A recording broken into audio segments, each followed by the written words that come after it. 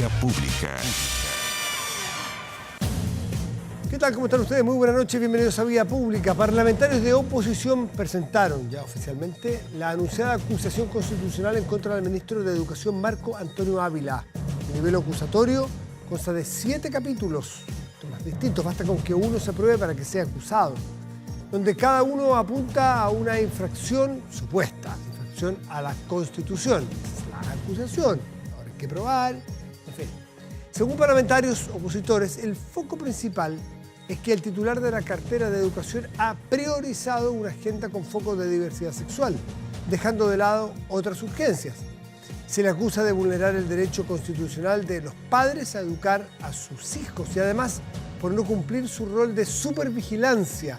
Eso de supervigilancia tiene que ver con aparentes o eventuales irregularidades en el JUNAEB, que usted sabe que es la institución que entrega los almuerzos en los colegios a lo largo de todo Chile. Y se manejan, imagínense usted cuánto vale un almuerzo, todos los días, por los miles de estudiantes, son cifras siderales, comparables con el royalty minero, por ejemplo, que usted, y a todos nos suena eso a mucha plata. Bueno, no se trata de que toda esa plata eventualmente se haya perdido, pero sí hay, o la acusación es que habría irregularidades en las concesiones, es decir, concesiones entregadas, o más bien, contratos entregados sin concesión, de manera directa, y algunos trabajos o algunos servicios no prestados y no pagados. Y la eventual responsabilidad del ministro sería no supervigilar JUNAEB, no es que el ministro haya cometido o eventualmente cometido alguna irregularidad. Bueno, durante la tarde de hoy lunes, se sorteaba el nombre de los 5 integrantes de la comisión que revisará esta acusación. Sin embargo, esta decisión no es vinculante para su proceso posterior en la Cámara de Diputados. El ministro Ávila declinó referirse al fondo de la presentación mientras no tenga la posibilidad de conocer en detalle el texto. Vamos a la mesa de conversación.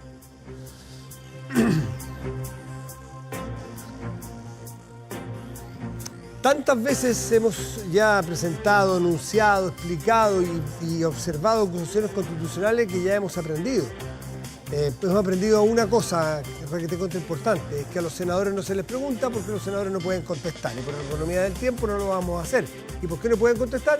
Porque eventualmente si pasa a la Cámara de Diputados, es decir, si son acusados, el Senado opera como jurado. Y si un senador da opinión antes, se tiene que inhabilitar después para votar.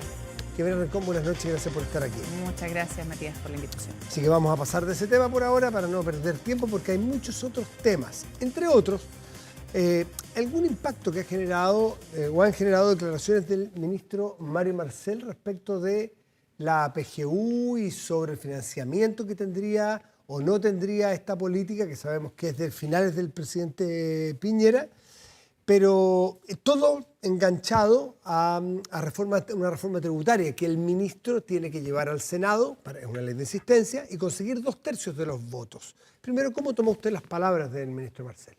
A ver, me preocupan porque el ministro fue director de presupuesto, el ministro fue el líder de lo que fue la primera reforma importante de pensiones en nuestro país, con el Pilar Solidario en el gobierno de la presidenta Bachelet, y por lo tanto el ministro conoce cómo son los procesos legislativos y la importancia de que en una materia tan importante como esta, que es la PGU y la discusión de la reforma tributaria, tengan que ir acompañados con informes financieros, quien elabora el Ministerio de Hacienda. Y cuando uno va a la discusión de la PGU el año 2022, enero del 2022, yo tenía doble calidad, presidenta de la Comisión de Hacienda y presidenta del Senado. Ahí hubo y tramitamos la ley 21.420, que es la que da sustento a la PGU, Pensión Garantizada Universal. Hubo una discusión respecto del financiamiento. El Consejo Fiscal Autónomo, de hecho, hizo un primer informe, se tuvieron que hacer correcciones y en el segundo informe se dio el visto bueno del Consejo a esta reforma.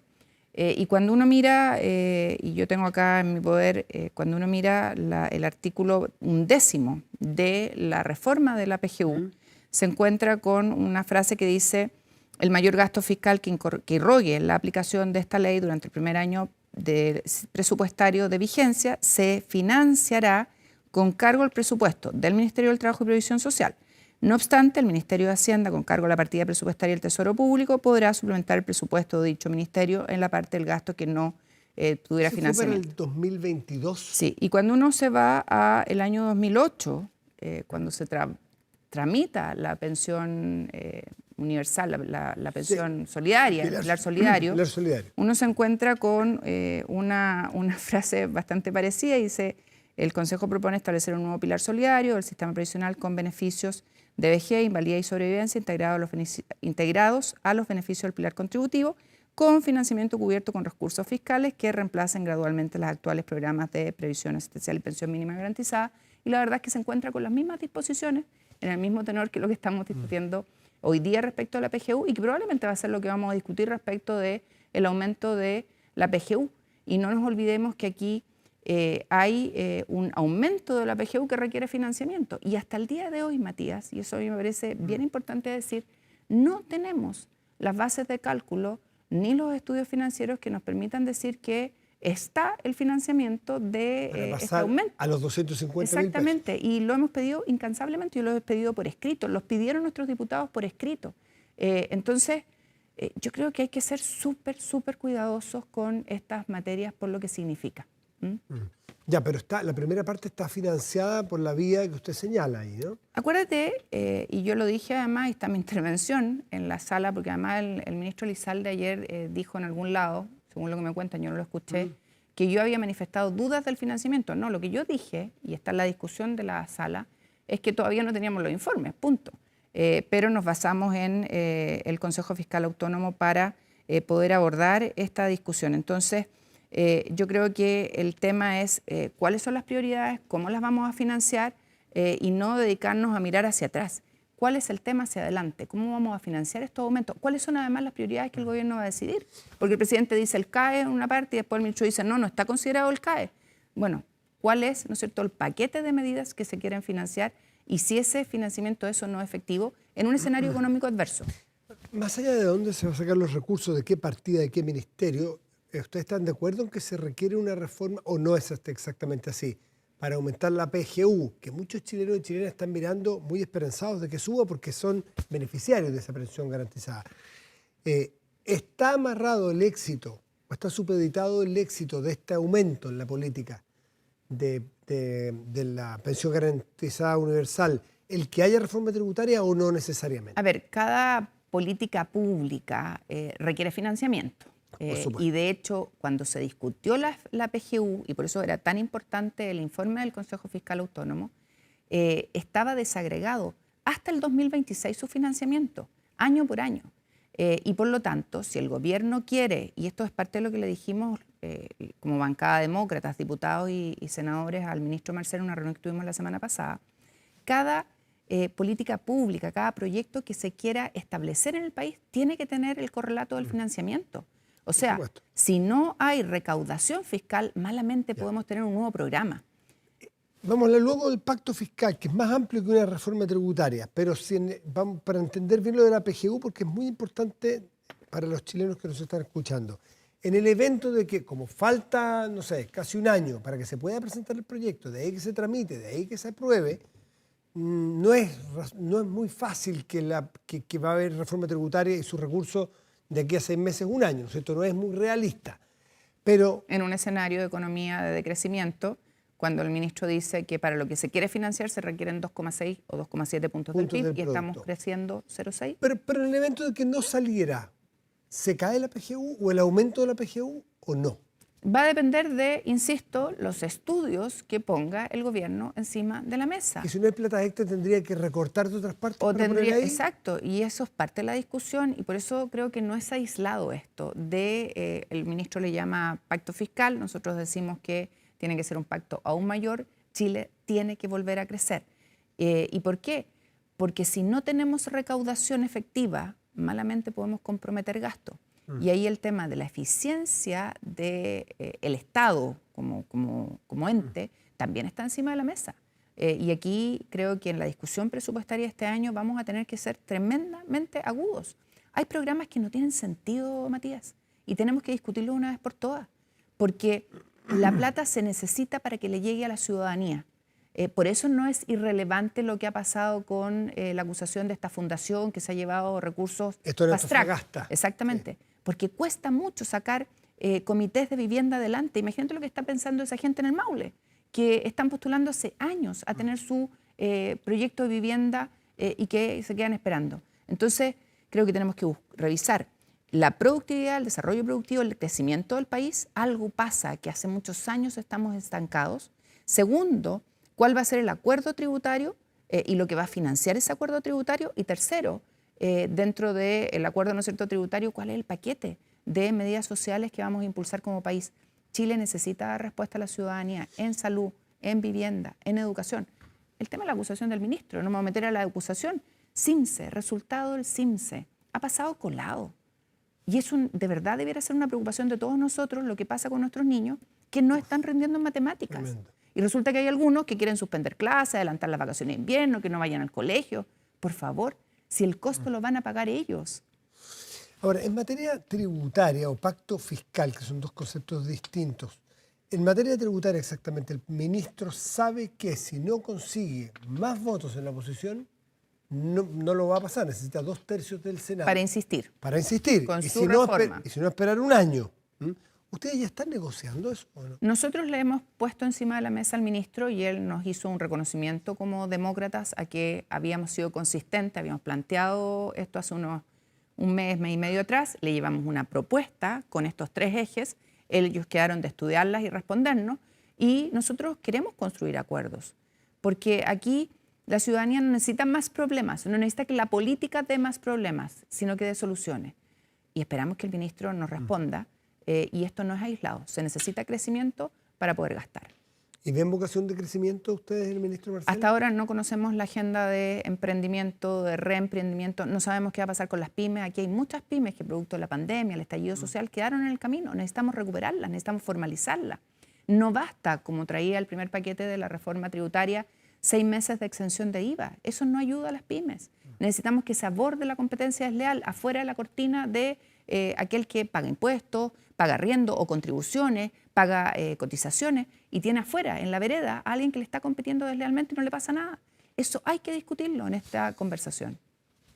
Jimena Rincón es presidenta de Demócratas, que lo ha mencionado varias veces. Hasta ahora era partido en formación, ahora ya es oficialmente partido. Estamos a la espera del trámite legal, pero cumplimos con los requisitos de la ley y estamos felices. Y los requisitos es conseguir un margen o un mínimo de adherentes, firmas, en 3 regiones contiguas. Exacto, o 8 en el país y obviamente nuestra meta es estar en todas las comunas del país. ¿Cómo se convence un militante hoy día?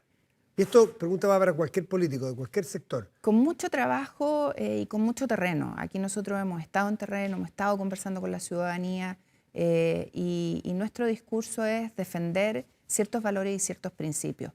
Por eso es tan importante la discusión tributaria, la discusión de pensiones, el tema educacional, porque al final del día, ¿qué es lo que dice la ciudadanía en su casa? Oye, ahí están peleando, ¿y qué pasa conmigo? ¿Quién se hace cargo de mis problemas? ¿Y qué hace Demócratas? ¿Qué ofrece Demócratas distinto a lo que en materia, hoy día nos juntamos con... Los partidos van así para abajo, muchos, no todos, pero van muchos para abajo. Hoy día nos juntamos... Y partidos históricos. Lo sé, hoy día nos juntamos con CONAPYME, estuvimos viendo los temas de la CONAPYME. A ellos hay cosas que no solo les preocupan, sino que les duelen. Y el tema de la informalidad, el comercio ilegal, la falta de apoyo en la reformalización del Estado. El Estado, y voy a poner un solo ejemplo, las pymes les venden al Estado y el Estado no cumple una exigencia mínima de los 30 días de pago. Pero si esa pyme se atrasa en el pago de sus impuestos, las multas son draconianas. Entonces, creo que ese tipo de cosas son las que está esperando la ciudadanía y es a lo que nosotros como demócratas estamos apostando. Ustedes están en O'Higgins, Maule y Ñuble. Y están cerca de sumar. Estamos cerca de lograr en Iquique y Antofagasta. Estamos súper desplegados en Biobío, la Araucanía, Aysén. Tenemos ahí nuestros parlamentarios y estamos haciendo un trabajo muy bonito con Erika Olivera aquí. Erika Olivera en Santiago, Joana Pérez en Biobío, Jorge Zafirio en la Araucanía y Miguel Ángel Calixto en Aysén. Y una cosita, y la idea es llegar a las próximas elecciones que son municipales, ¿no es cierto? Que cada hombre y mujer de nuestro país tenga en sus comunas la alternativa de que los representemos. Esa es nuestra apuesta y en eso estamos. ¿Cuántos militantes tienen hoy? Hoy día tenemos, si contamos todo el país, porque ¿Sí? si contamos las regiones, las No, tres, todo el país. tenemos algo así como 6.000 y tenemos que llegar a los menos de 20.000. Ese es el desafío. La metropolitana es el mayor desafío, son 6.000 en esta región. Ah, la metropolitana es difícil. ¿Cuántos Claro. ¿Y tienen aquí la metropolitana? Ya tenemos 600. Jimena Rincón, presidenta de Demócratas. Este país curioso, tenemos un partido demócrata y un partido republicano. Para que vea usted. Pero hay como 20 más también. Esa es la diferencia. Los polos fuera y estamos apostando por el centro y el sentido no común. sé yo quién afuera de Bueno, esa es nuestra postura. Yo solo describo lo que es. Gracias, Jimena. Que esté Muchas muy bien. gracias a ti. Hacemos una pausa y volvemos. Espérenos.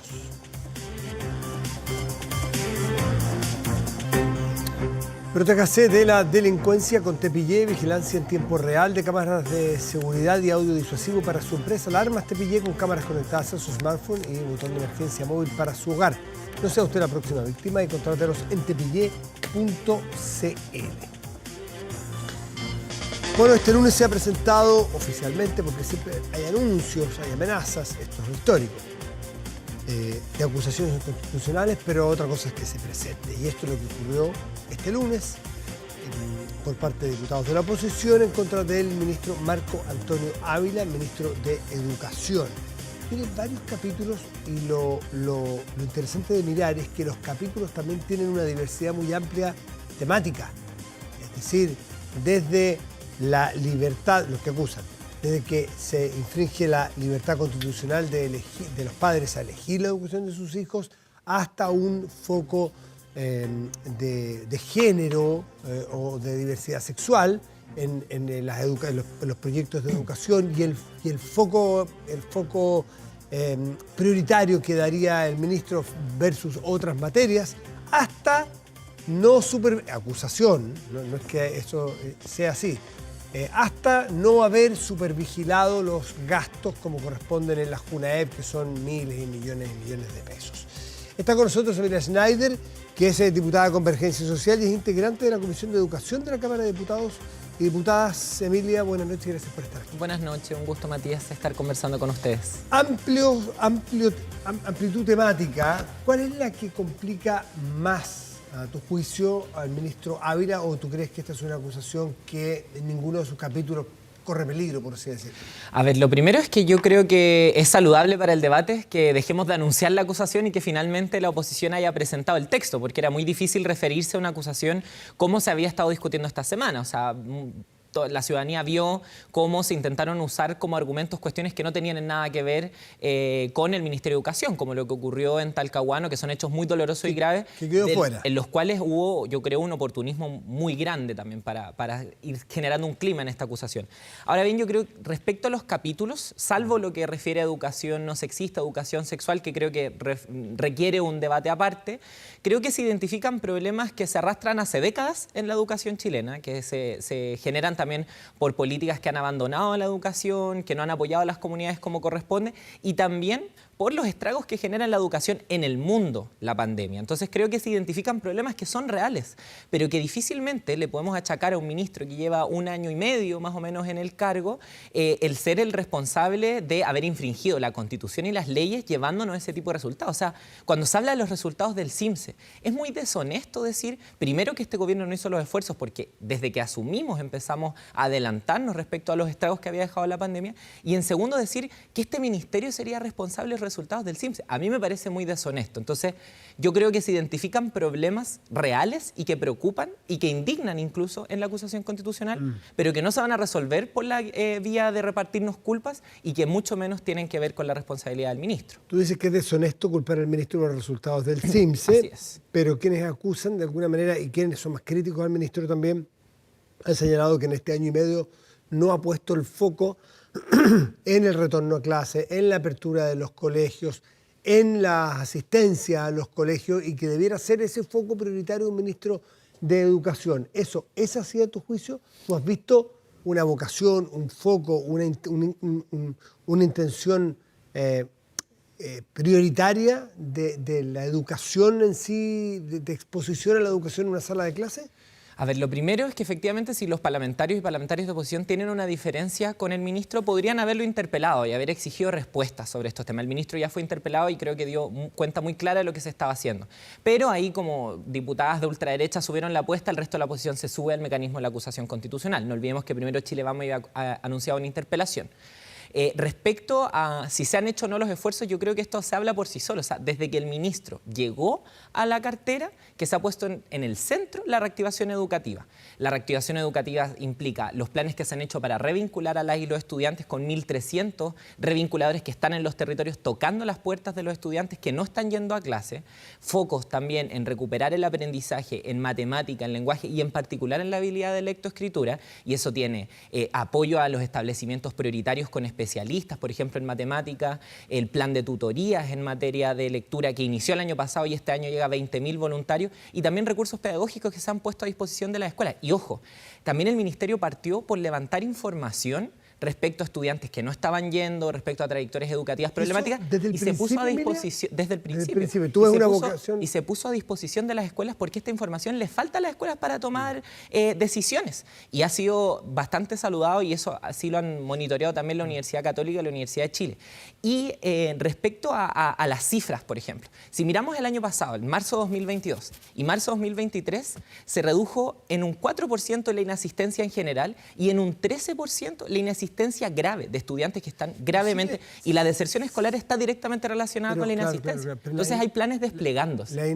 Pero las cifras de inasistencia había estado en torno al 40% de alumnos que tenían inasistencias crónicas, que era...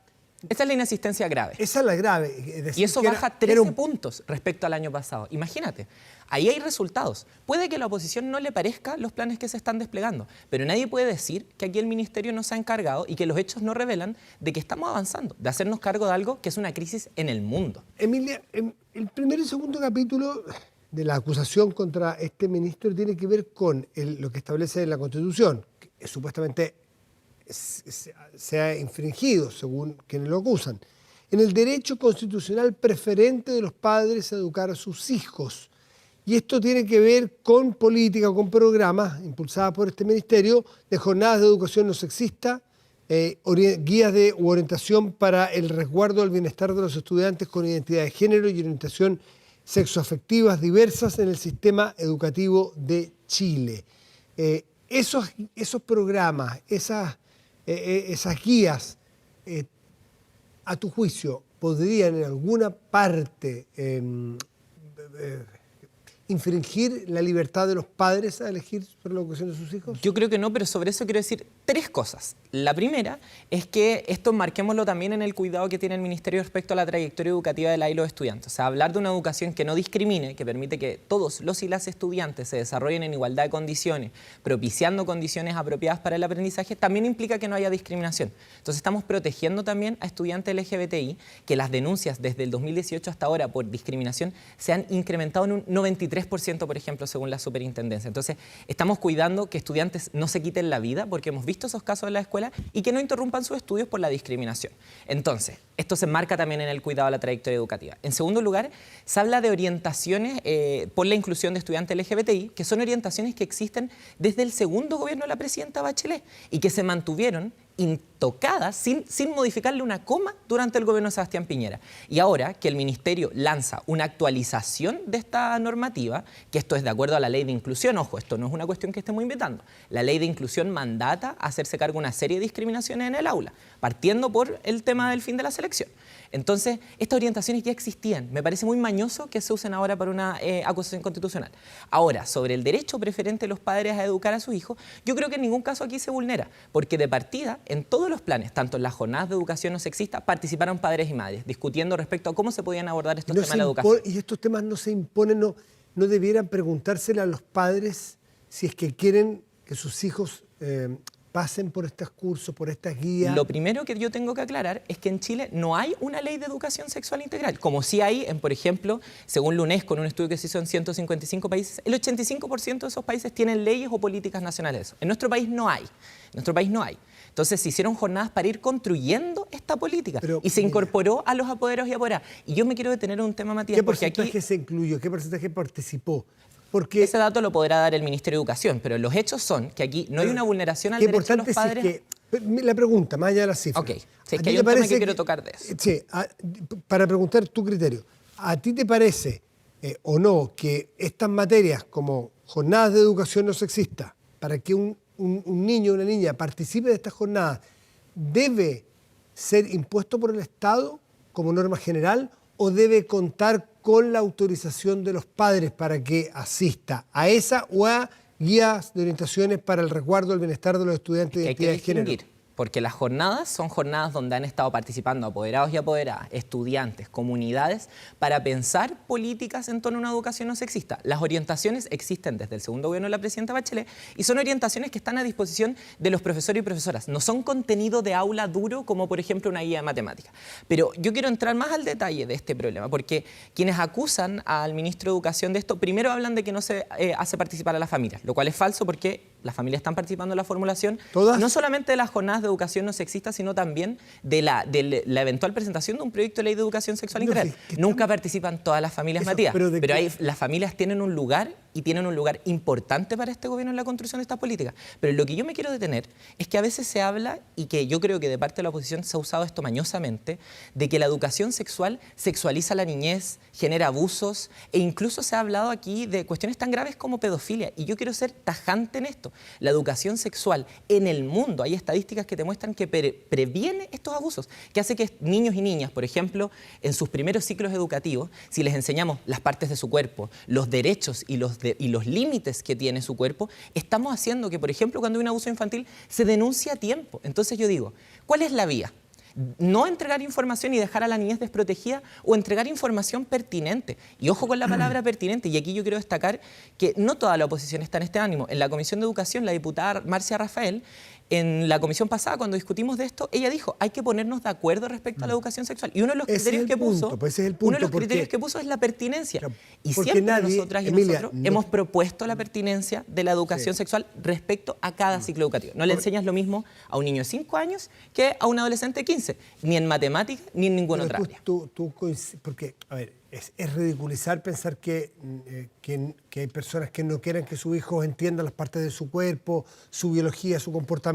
Pero en la acusación se dice que esto hipersexualiza a la niñez. Es así de burdo. Pero el punto es, no sé, si tú estimas o no que la familia debe no solo participar, sino que autorizar, y debe saber exactamente, en materias tan delicadas como la que tú has narrado, participar y autorizar para conocer el programa de lo que se le va a enseñar a un niño chico o una niña chica, o no, o tú crees que la familia en esto reconoce el derecho preferente de la familia. Por supuesto que lo reconozco. A tomar la decisión de que reciba ciertos contenidos en esa materia. Por supuesto que lo reconozco, pero no creo que este sea un tema de consultar por cada cosa a la familia. Yo creo que es más importante que las familias participen en el proceso en que esto se enseñe. O sea, a ver, cuando estamos hablando de educación sexual y afectiva integral, también queremos que las familias se involucren en los establecimientos, que vayan a ese tipo de conversaciones, que junto a sus hijos e hijas y a la comunidad educativa podamos ir acompañando esos procesos educativos. Y también, como te decía anteriormente, que para las familias participen en la formulación de este tipo de políticas,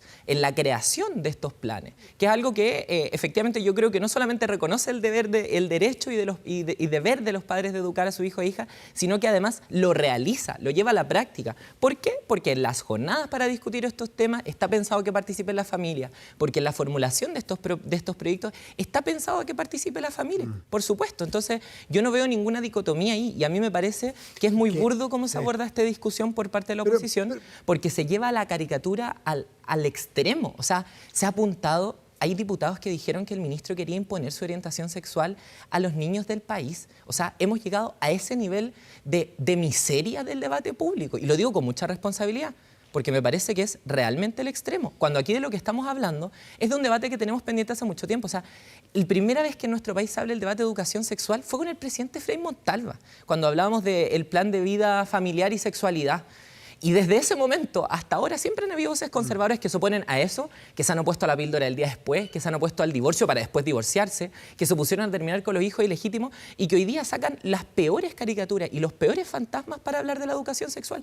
Y es lógico que hayan padres y madres que se preocupen, porque genuinamente a mí me preocuparía muchísimo que a mi hermano chico estuviera expuesto, por ejemplo, a la posibilidad de un abuso.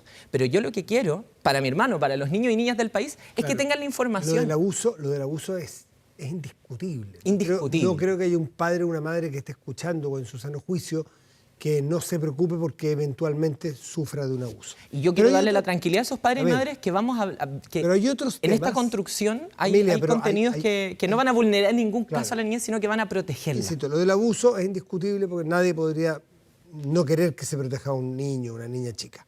Pero hay otros temas de algunos talleres, que creo que tú me digas si son verdad o son caricatura, o estás de acuerdo o no. Algunos talleres de niños muy chiquititos, de prekinder, de primero básico, qué sé yo, donde estos talleres que había de una... Se hablaba un poco de... el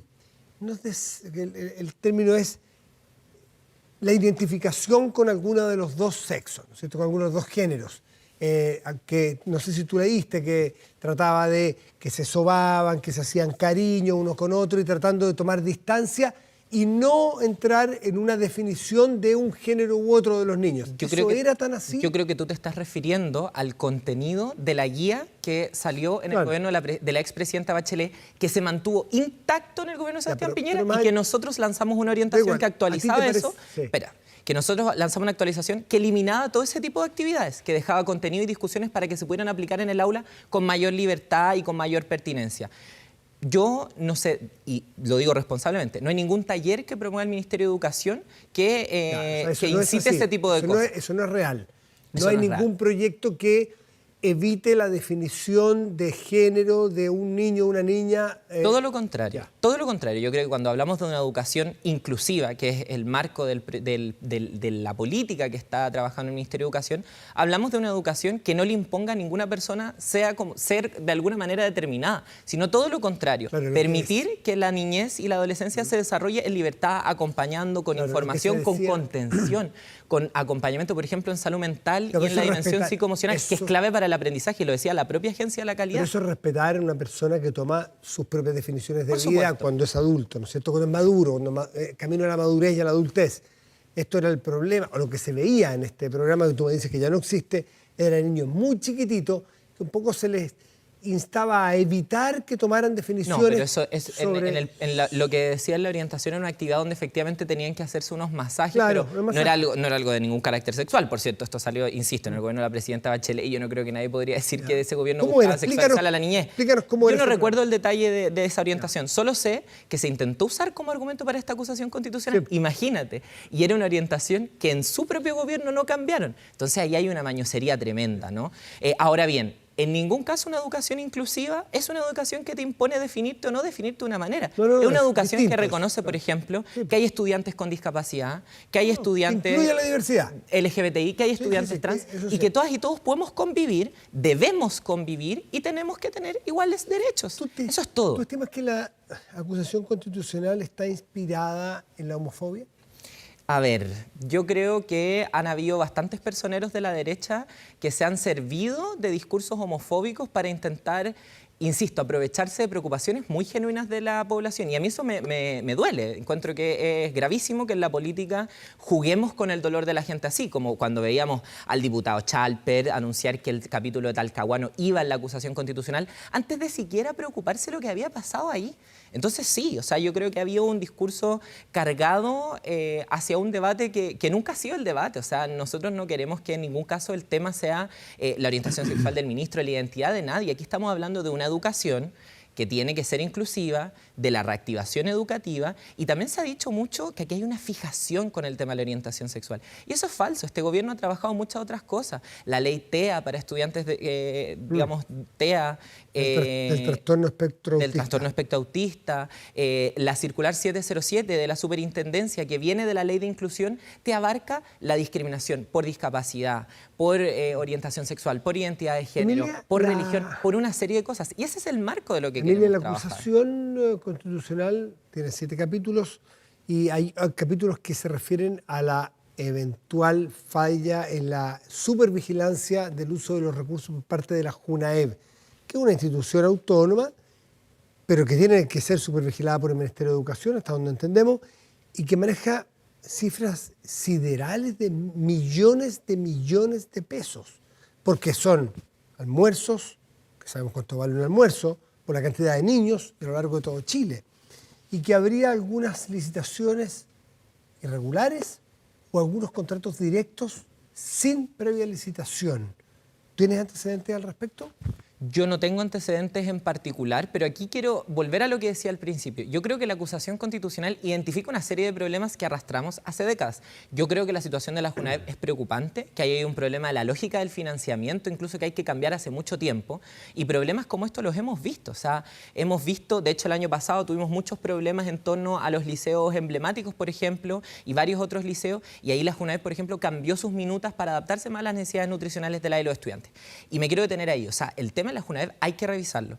Pero, así como otros problemas históricos de la educación que están en este texto, yo creo que no son responsabilidad exclusiva de la gestión del ministro Ablia, ni constituye una vulneración ni a la Constitución ni a las leyes.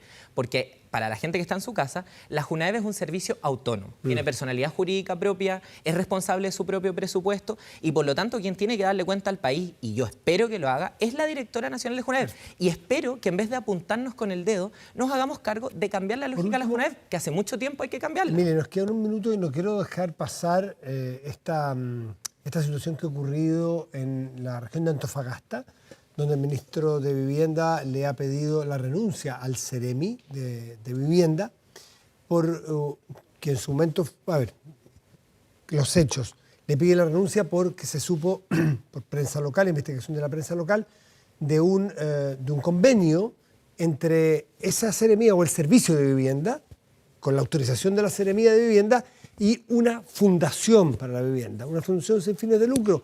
Pero el Ceremi y el líder de esta fundación son de RD, los dos, y los dos con algún vínculo con la diputada Catalina Pérez, que ha dicho, ellos son adultos, pregúntenle a ellos.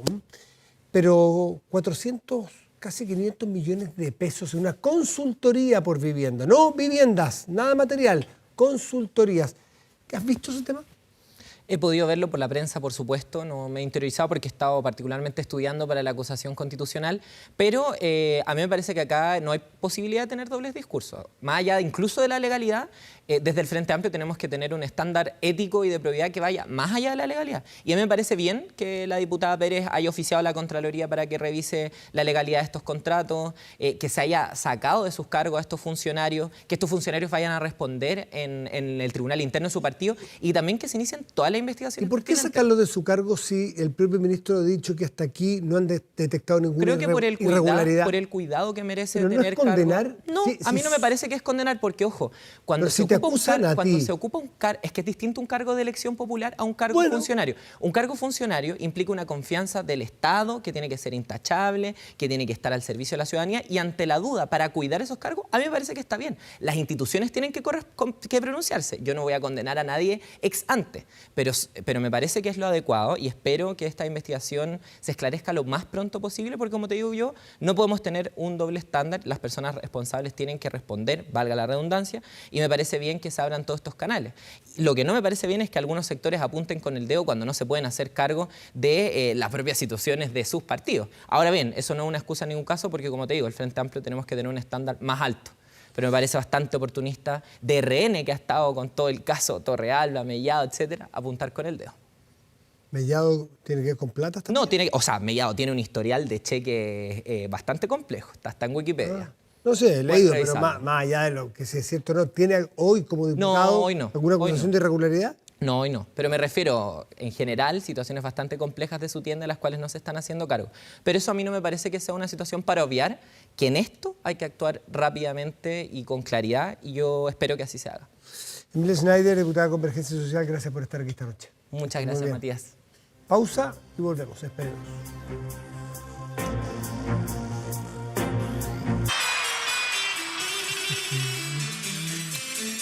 Estamos de vuelta en Vía Pública. Buena música. Esto suena como, yo no soy muy experto, usted se dará cuenta inmediatamente, al principio suena como un clavecín, pero debe ser electrónico. Es Lady Gaga. Vamos al tiempo, nos vamos primero a nuestro portal de noticias, contenidos de noticias 24horas.cl. Prensa internacional destaca a un maratón chileno entre las mejores rutas del mundo. Tiene que ver, mire, esta es desde su versión inaugural del 2012, Patagonia International Marathon. Ahí está. Ha captado el interés de corredores de más de 65 países. Imagínense correr por ahí por la Patagonia. Precioso. Claro que hay que estar preparado para eso. ¿Está interesado en entender más sobre esto?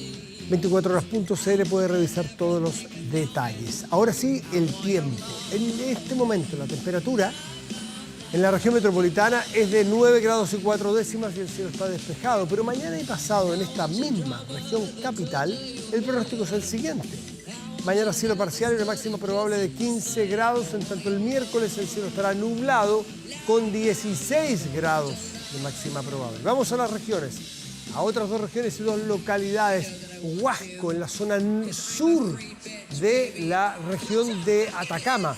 Huasco tendrá cielo nublado y una máxima probable de 17 grados, en tanto Ancud, en la zona norte de la isla grande de Chiloé, mañana nublado, 9 grados en Chiloé, en esa parte de Chiloé. La cantante pop y actriz Lady Gaga anunció a través de su cuenta de Instagram que la película de su concierto, The Chromatica Ball Tour, está ya en camino. La gira de 15 conciertos para promocionar el sexto álbum de estudio de Gaga, lanzado en 2020, tuvo lugar en 2022 con paradas en América del Norte y Europa. En el momento de su lanzamiento, las promociones relacionadas con el álbum se pospusieron por la pandemia. Con Lady Gaga de fondo, despedimos Vía Pública de hoy. Que tenga una muy buena semana, que descanse, buenas noches y gracias por venir. Chao.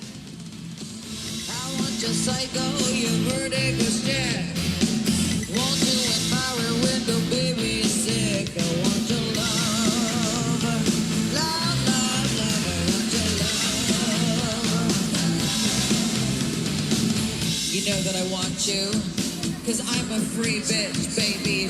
San Francisco,